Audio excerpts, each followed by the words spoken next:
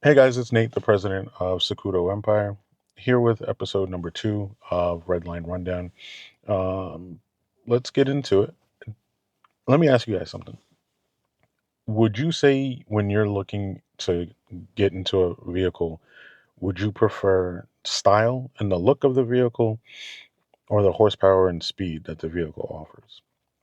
Now, as someone who has a daily and doesn't have a project car, I can tell you having a daily, being comfortable in the car way more important. There are times where we go for long drives.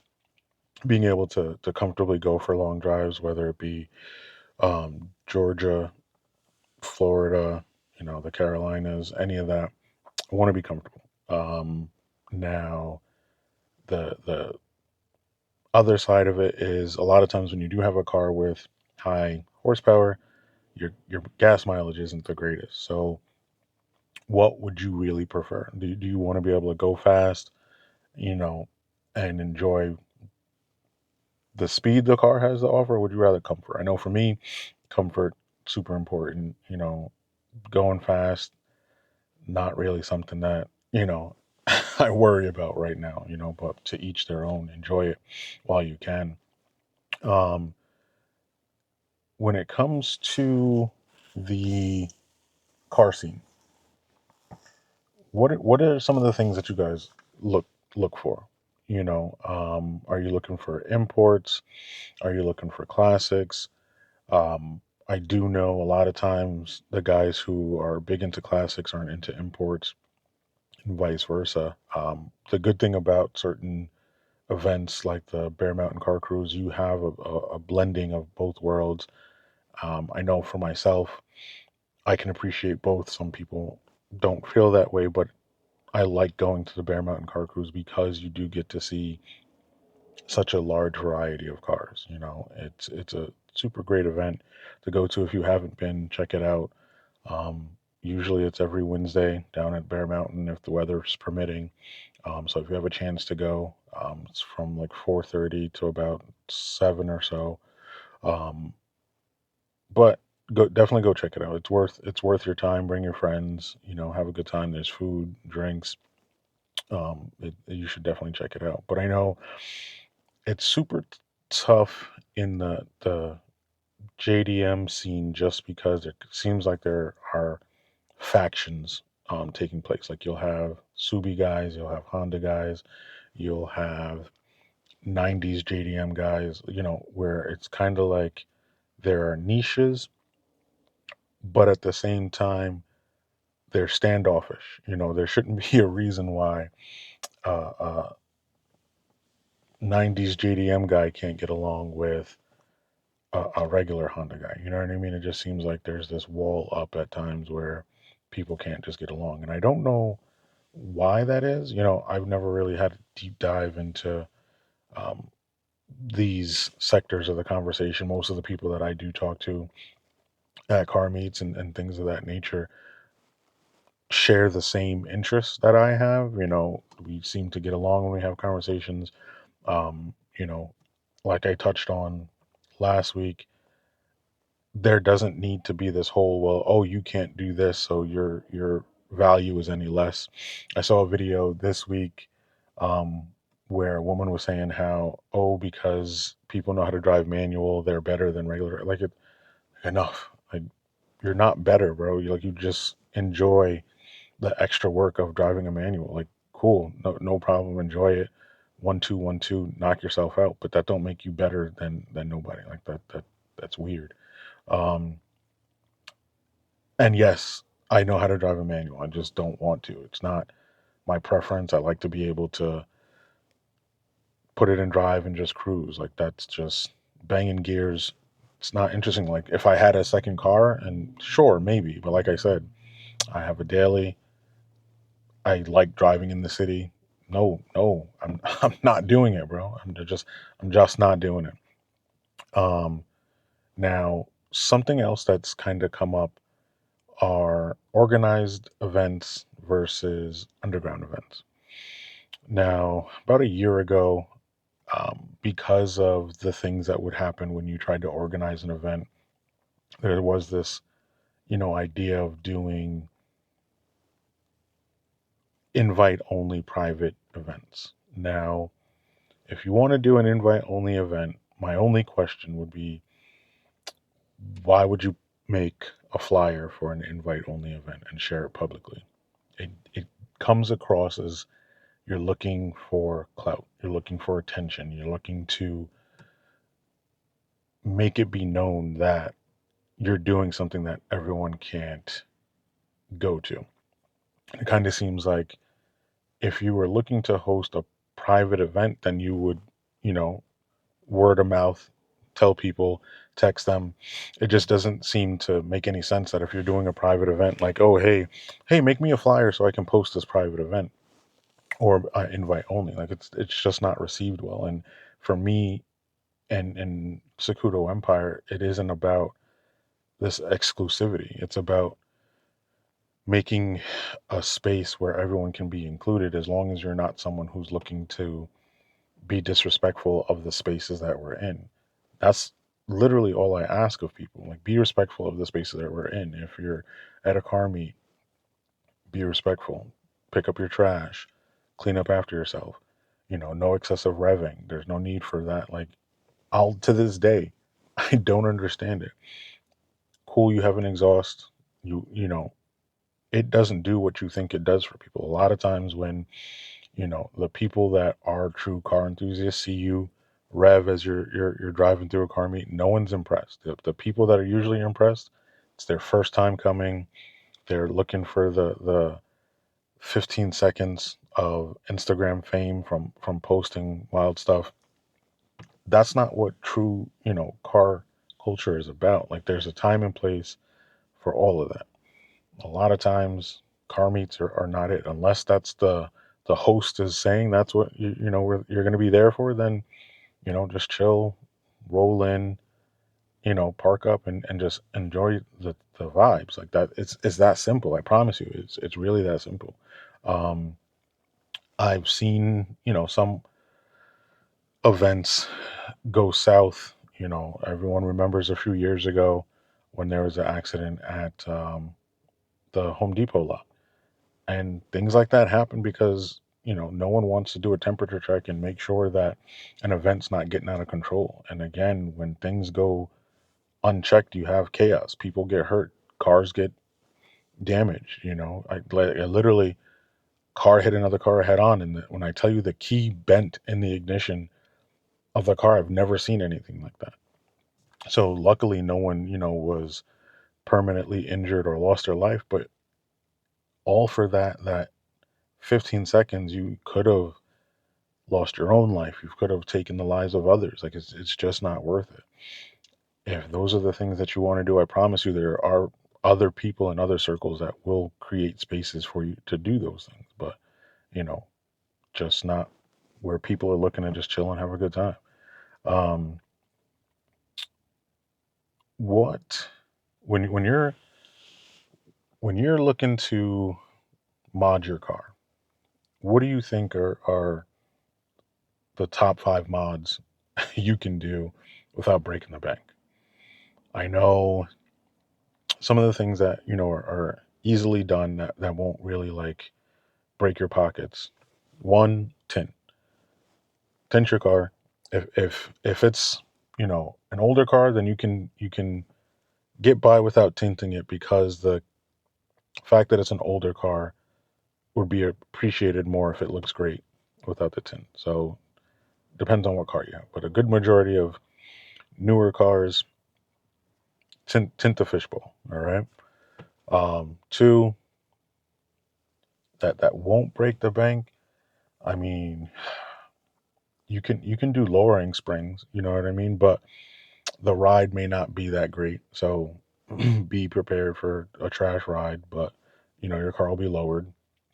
You can do headlights or taillights depending on the car you have. It also adds a nice little, flair to the car, because a good majority of cars that are used, taillights or headlights may be chopped. A lot of times headlights are done for, so get that done. Like, if you literally go from hazy headlights to some crisp new headlights, it makes a big difference. Now you can try them headlight restore kits. I know I've done it. It is not the same. Like I got a headlight restore kit. It maybe lasted like a good 3 4 months, and then I had to keep restoring it every month or so. So it's just not the same. So some people may have had other results, but I can only tell you about my experiences. So we got headlights, tail lights.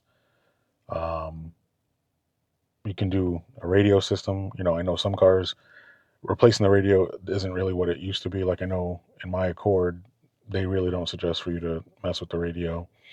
So I haven't really thought about doing that. But you could get like subs, a Chuchero.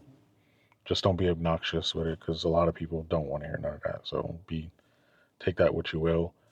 Um, what else can you do? I mean, you could probably get wheels, but again, then you're starting to get up there depending on the wheels you want to get.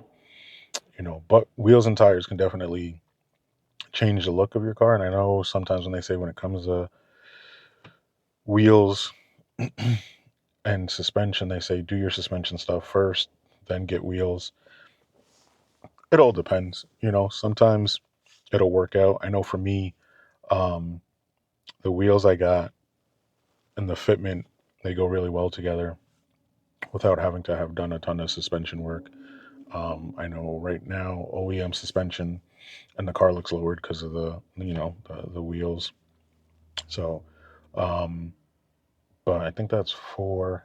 I mean, you can always do an intake. You know what I mean? An intake, um, could definitely be under $500. It's an easy installation. Nothing crazy. There's tons of YouTube videos out there, depending on the brand you get. Like I have, um, Mishimoto intake. I did it myself. Um, did it in the dark. On top of that, like I was super hyped when it came in, so I just did it when it when it was dark outside. So I got that put in. You know, um, and you can kind of be on your way. You don't feel pressured to mod your car. Go at your own pace. A lot of people's financial situations are super different, bro. Like you'll have kids out here who may be working a great job, but still living at home with their parents and can throw thousands of dollars into their car. Don't try and keep up with the Joneses. I promise you, it's not worth it. Don't sit up here trying to throw thousands of dollars on your car and not be really in the financial position to be able to do that. Run your own race. That's the best advice I can tell you. Run your own race because there are people that will be frauds out here letting you to believe that they got it like that and they really don't. So just run your own race. Be smart about your financial decisions. Do your homework. Be sure that whoever's working on your car knows what they're doing. There are a lot of scenarios where someone will tell you they know what they're doing. They'll self-proclaim themselves as a mechanic. There will be no way to prove or disprove that, but then they'll, and working on your car, they'll break something or they'll overfill your oil. And my thing is, I've done oil changes before. It's real easy to know how much oil your car needs. And if you're not sure, Google will tell you. Like if not Google, your manual. You can look up your car's manual online. Like there's a lot of different ways to prevent yourself from messing up an oil change. So for someone to be telling people that they're a mechanic and mess up an oil change is shocking. Just be careful who you trust to work on your car because you know there was a scenario where guy claimed to be a mechanic, said he could do a transmission job and did it wrong. So don't just let anybody say that they know how to do something and then look to charge you because whether they did the job right or not, they want their money. Like I promise you, they're gonna press you about their money, regardless if they did the job right. So just be really, really careful who you pick and choose to work on your car. And even sometimes, everybody's experience is different. I've had people who sworn by people that worked on their car, and the experience has been different for me or other people. So be very careful who you work on your car. Just find a mechanic who loves their work, stands by their work, and puts honor in their craft. There are a lot of guys who will say they can do it, but will break something on your car and try and hide that shit. Stay away from it. You know what I mean? Just find people who give a shit about it and aren't just looking to make a quick buck. Because at today's day and age, a lot of people only get into certain professions because it's a money grab. You know what I'm saying? Like there's just a lot of it.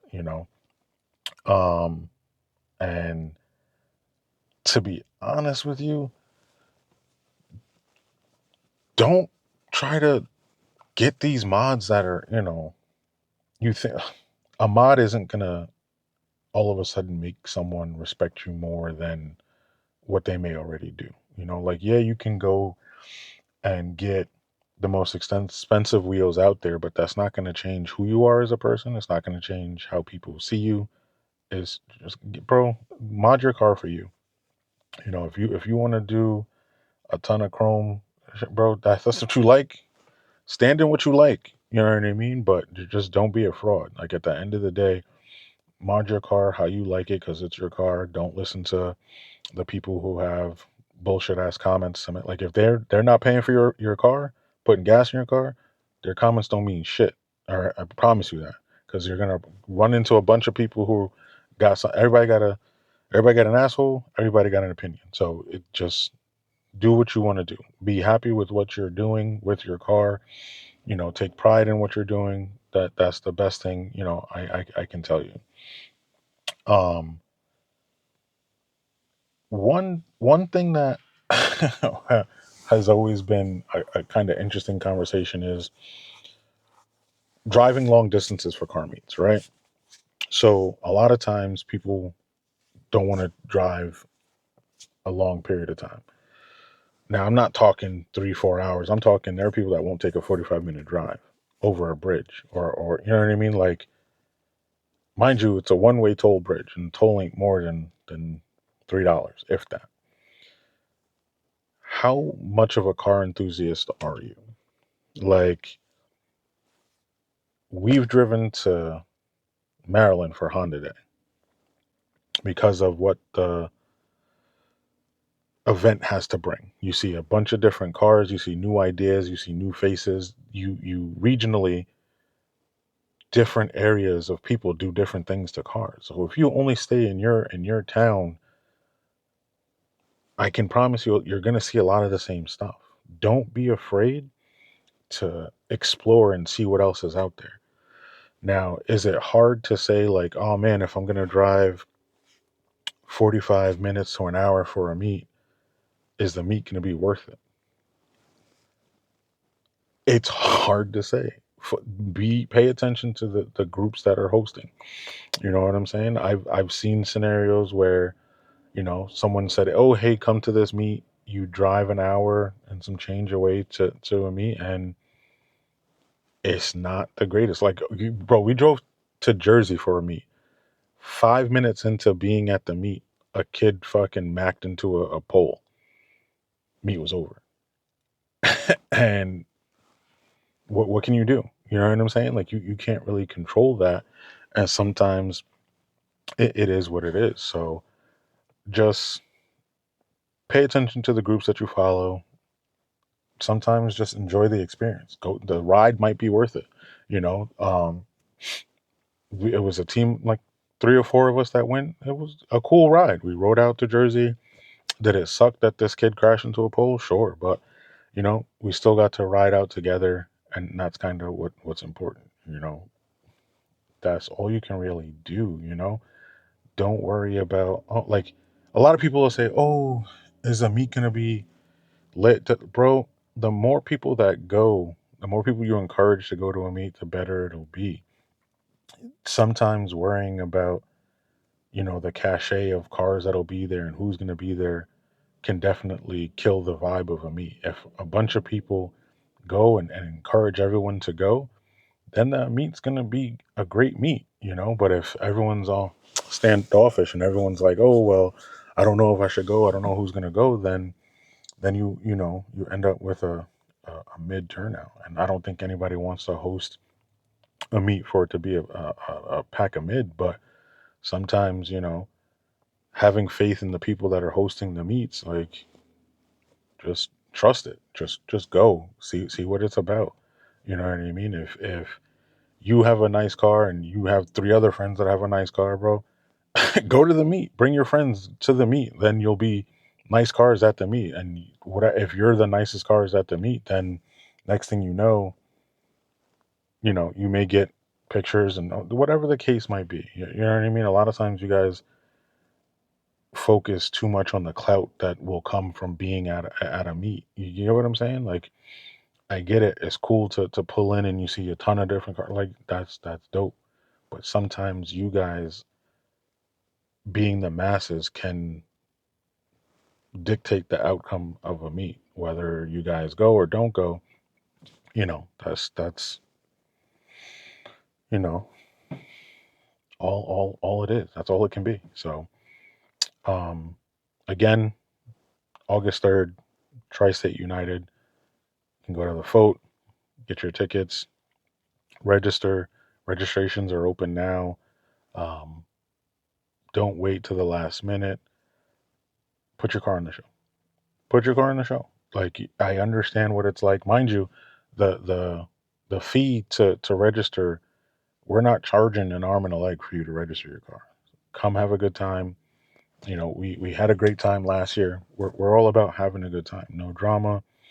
You know, that's all you can ask for. Have a good time, bring your friends, come out, park up. There'll be music, food, media team taking pictures, all that.